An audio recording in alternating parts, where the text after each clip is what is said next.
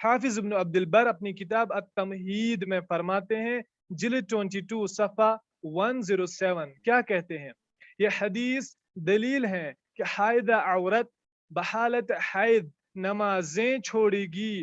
امت مسلمہ کا اس بات پر اتفاق ہے، اور جس بات پر مسلمانوں کا اتفاق ہو وہی حق ہے۔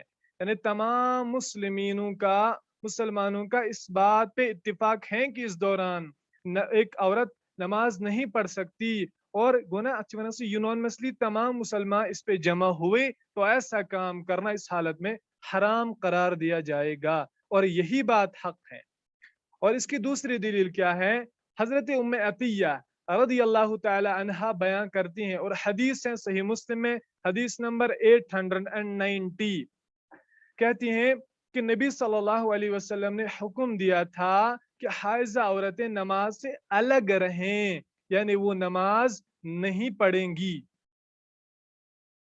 اور اسی کے متعلق علامہ ابن المنذر اپنی کتاب الاوسط جلد صفحہ 202 میں کہتے ہیں اہل علم کا اس بات پر اجماع ہے کہ ان کے درمیان باہم کوئی اختلاف نہیں کہ حیض کے دنوں میں حائضہ سے فرضیت نماز ساقط ہو جاتی ہے، یعنی اب اس پر یہ نماز ان دنوں فرض نہیں، بلکہ فرض کیا ہے؟ چھوڑ دینا نماز کو، نہیں پڑھنا اس دوران نماز۔ اور یہی بات کہتے ہیں المجموع میں امام النووی رحمہ اللہ تعالی جلد 2 صفحہ 383 میں کیا کہتے ہیں؟ امت کا اجماع ہے کہ حائضہ پر فرض یا نفل نماز حرام ہے۔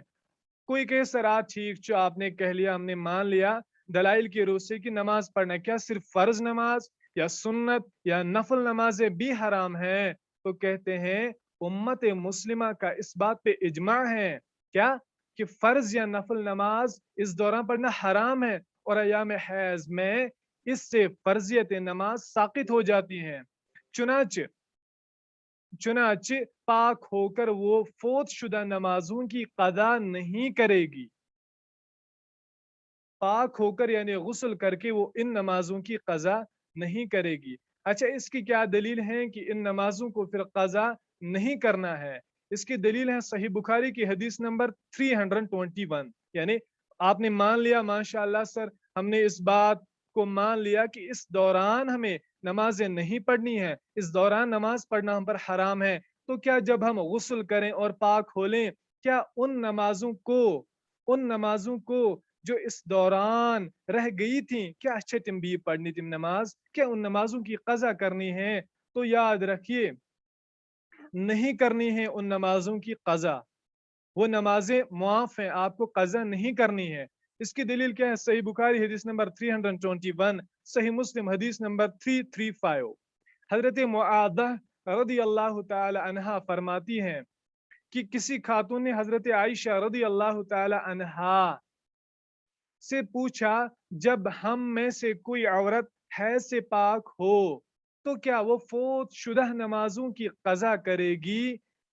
تو حضرت عائشہ رضی اللہ تعالی عنہا نے واپس جواب دیا ہم رسول اللہ صلی اللہ علیہ وسلم کے ہمراہ ہوتی اور حیض شروع ہو جاتا، مگر ہمیں نماز کی قضا کرنے کا حکم نہیں دیا جاتا تھا، یا ہم نماز کی قضا نہیں کرتے تھے۔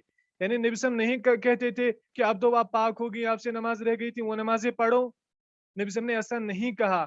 اور نبی صلی اللہ علیہ وسلم کے ہمراہ یہ تمام صحابیات تھیں، نبی صلی اللہ علیہ وسلم کی بیویاں، نبی صلی اللہ علیہ وسلم نے کسی ایک کو بھی نہیں کہا کہ جو وہ نمازیں آپ سے رہ گئی تھی ان کی قضا کرو، تو قضا نہیں کرنی ہے ان نمازوں کو۔ اور یہی بات ابن رجب حنبلی رحمہ اللہ تعالی فرماتے ہیں، کیا کہتے ہیں؟ عہد نبوی میں رسول اللہ صلی اللہ علیہ وسلم کی بیویاں جب حائضہ ہوتی تھیں تو پاک ہو کر نمازوں کی قضا نہیں کرتی تھی، جب وہ پھر پاک ہوتی تو وہ ان نمازوں کی قضا نہیں کرتی تھی۔ یا تو آپ صلی اللہ علیہ وسلم نے ان کے اس عمل پر خاموشی اختیار کی کہ نبی صلی اللہ علیہ وسلم نے خاموشی اختیار کی کہ کہا ہی نہیں کہ ان نمازوں کو قضا کیوں نہیں کیا آپ نے، ان نمازوں کو دوبارہ کیوں نہیں پڑھا، نبی صلی اللہ علیہ وسلم نے یہ نہیں کہا۔ اور یاد رکھیے جب بھی نبی صلی اللہ علیہ وسلم کے سامنے کوئی عمل کیا جائے اور آپ صلی اللہ علیہ وسلم چپ چاپ ہو کے اس پر کوئی اعتراض نہیں کریں تو اس کو حدیث کہتے ہیں، اس کو تقریری حدیث کہتے ہیں.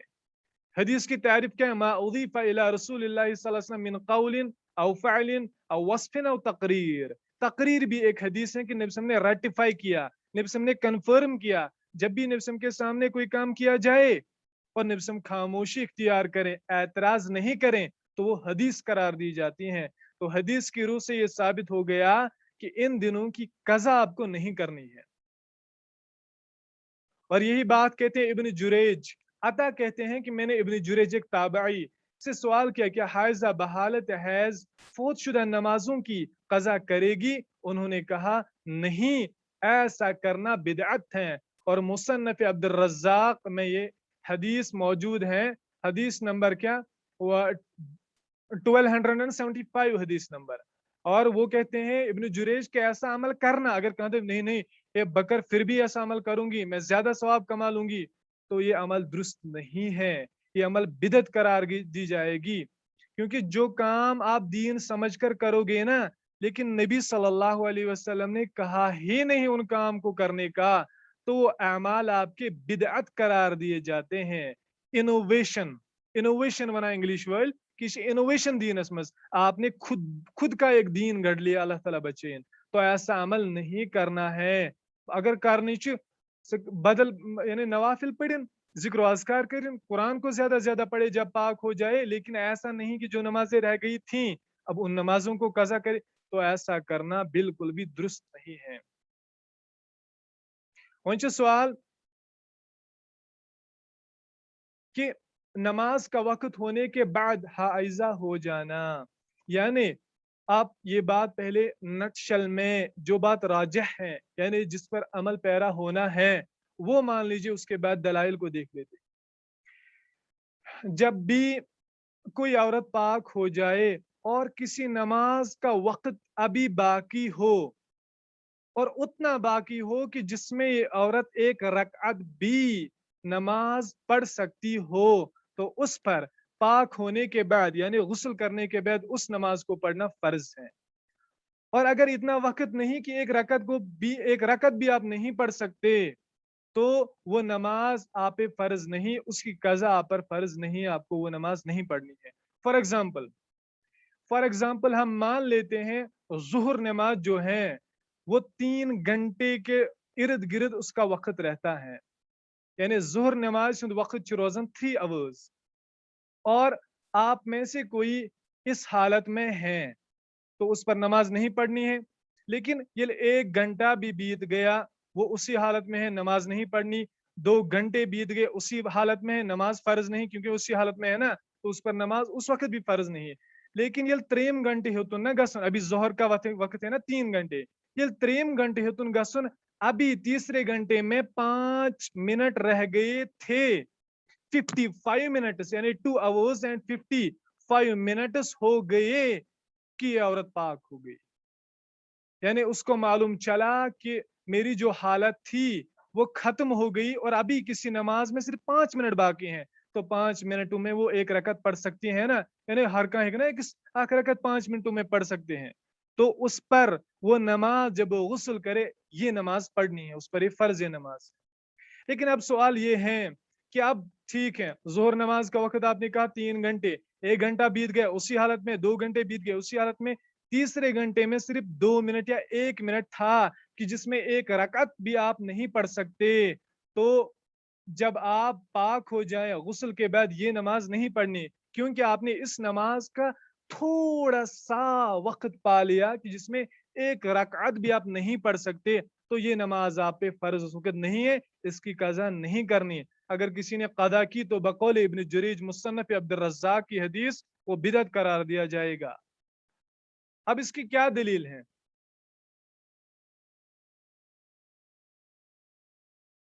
اب اس کی کیا دلیل ہے کہ جو میں نے آپ کو بات بتائی کہ ایسا ماننا ہے؟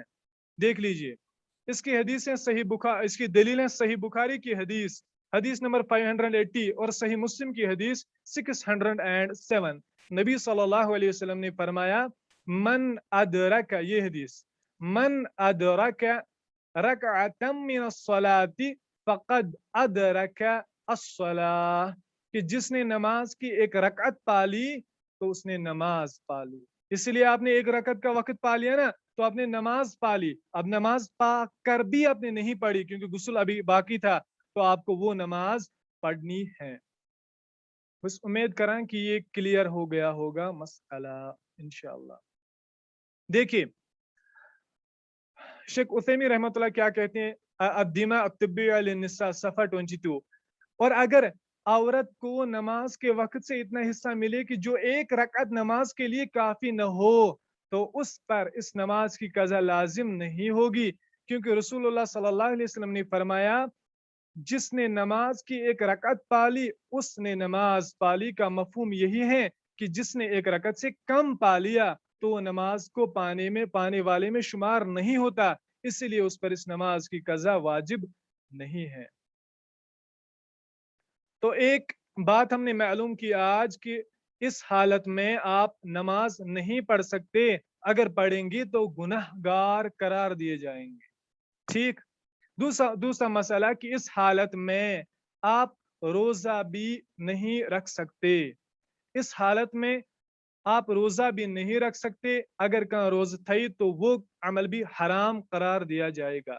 اس کی دلیل کیا ہے؟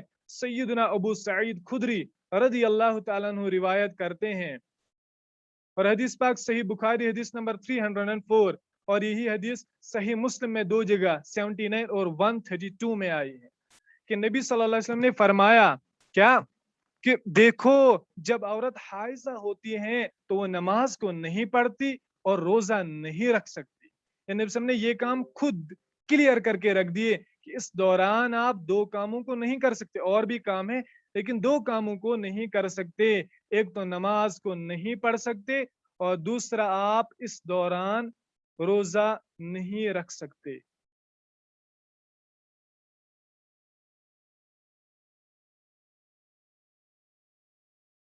اب سوال یہ ہے کہ ٹھیک اگر اب جو روزے رہ گئے تھے نماز کا سر آپ نے بتایا کہ اگر پاک ہو کے ہمیں ان نمازوں کو پھر ان کی قضا نہیں کرنی ہے، یہ بات بالکل معلوم ہو گئی۔ کیا یہ بات درست ہے اگر ہم سے کچھ روزے رہ گئے تھے اس دوران،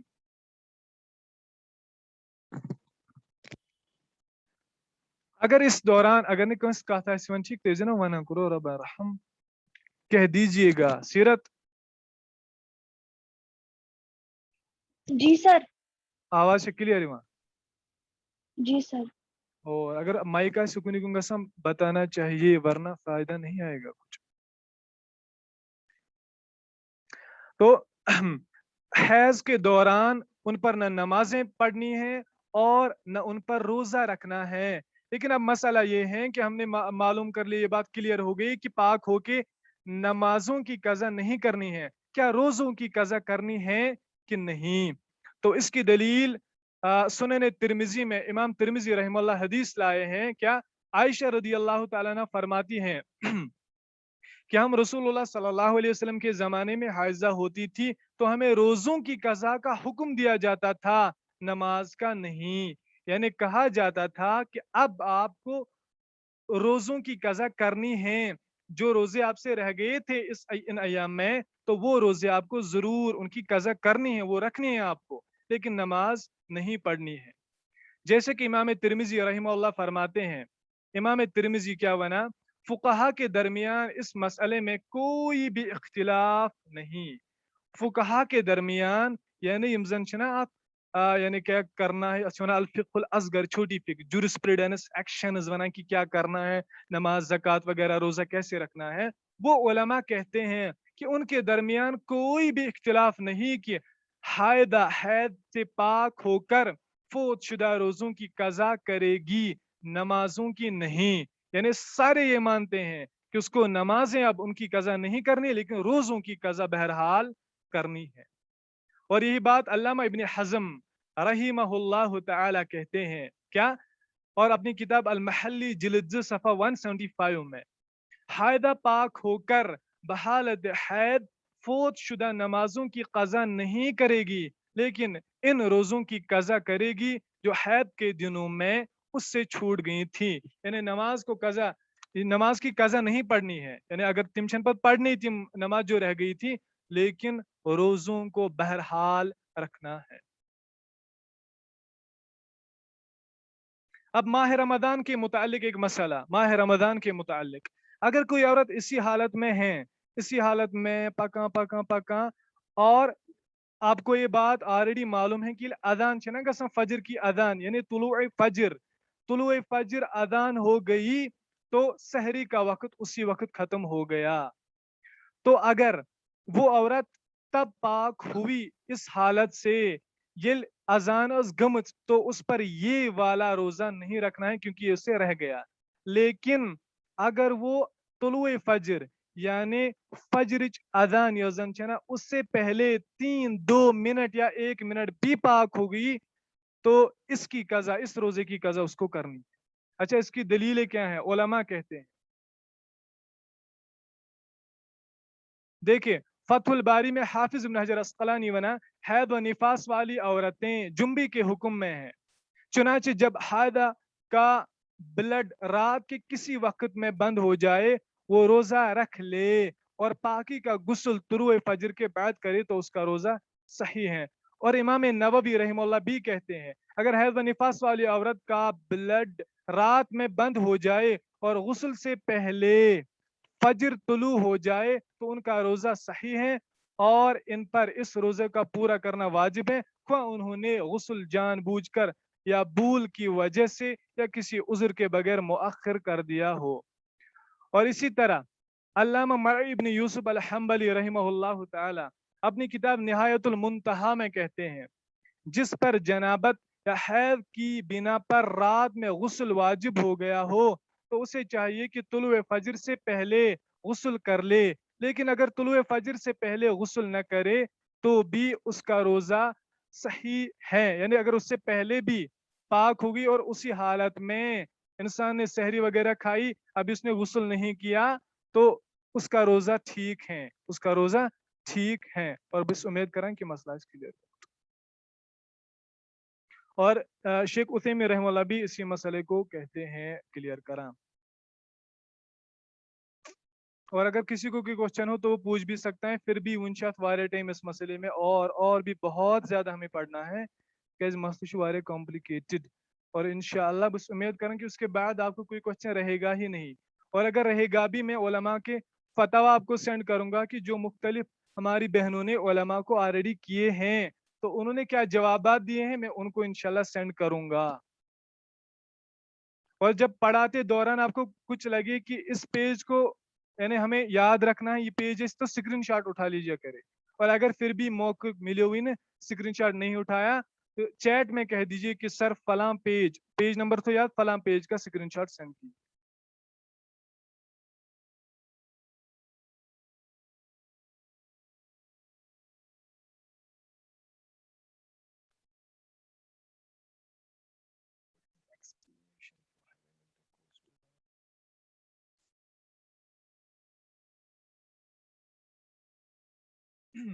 نفاس کے مسائل آئیں گے نا انشاءاللہ ایمان اس کا ایک باب ہی الگ تھلگ ہے ڈیئر مسلمہ سسٹر، اس کا ایک باب ہی الگ ہے. ابھی ہم نے صرف ان کو ہم نے 3 کیٹیگریز میں تقسیم کیا تھا نا، حید اور اس کے بعد نفاس اور اس کے بعد استحاضہ. ان تینوں کے مسئلہ و مسائل انشاءاللہ الگ الگ آئیں گے. اور اگر اس وقت جو میں نے کہا اس کے متعلق کوئی آپ کو اشکال ہیں سمجھتے رہے تو آپ کہہ دیجیے، باقی یہ سارے مسائل آئیں گے انشاءاللہ. اور اب صرف کس منٹ ہوئی 9 منٹ ہوئی اور کستا ہے سسٹر دباں کہ اس کو ریپیٹ کیجئے. اچھا ریپیٹ کیجئے. دیکھو میں نے نٹشل میں آپ کو بتایا تھا اس سے پہلے بھی رات کو وارے زیادہ ڈسکس اس کے متعلق اور